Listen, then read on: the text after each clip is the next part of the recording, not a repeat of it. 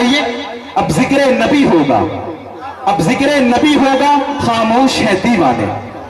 اب ذکر نبی ہوگا، خاموش ہے دیوانے، برسیں گی یہاں رحمت کس کس پہ خدا جانے۔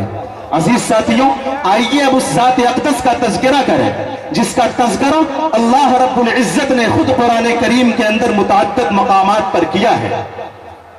اس آقا کا تذکرہ اللہ رب العزت نے قرآن کریم کے اندر کئی مقامات پہ آپ کی عظمت و رفعت بیان کیا ہے۔ جب اس آقا کا تذکرہ شیخ الاسلام حضرت مولانا حسین احمد مدنی علیہ الرحمہ کے سامنے ہوا تو آواز کچھ یوں آئی،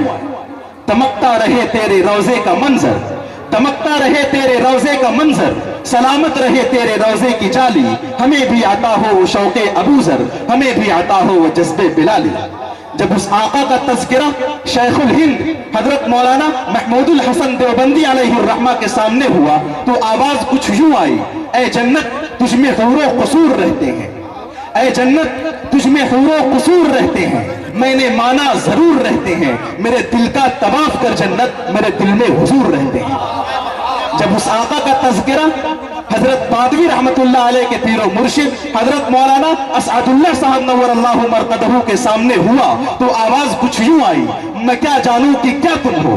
میں کیا جانوں کہ کیا تم ہو، خدا جانے کی کیا تم ہو، بس اتنا جانتا ہوں محترم بادس خدا تم ہو، میں کیا جانوں کہ کیا تم ہو، خدا جانے کی کیا تم ہو، بس اتنا جانتا ہوں محترم بادس خدا تم ہو۔ اور فصاحت کو تحیر ہے، بلاغت کو پریشانی، نبوت ناز کرتی ہے کہ ختم الانبیاء تم ہو۔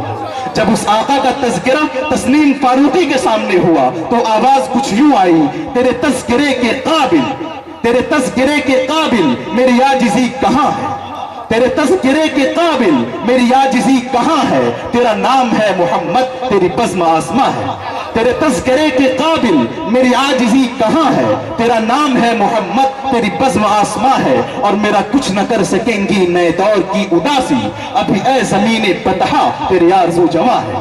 جب اس آقا کا تذکرہ ایک عربی شاعر کے سامنے ہوا تو آواز کچھ یوں آئی، لِكُلِّ نَبِيِّ فِي الْأَنَامِ فَضِيلَةٌ، لِكُلِّ نَبِيِّ فِي الْأَنَامِ فَضِيلَةٌ وَجُمْلَتُهَا مَجْمُوعَةً لِمُحَمَّدٍ، تمام نبیوں کو مقام ملا،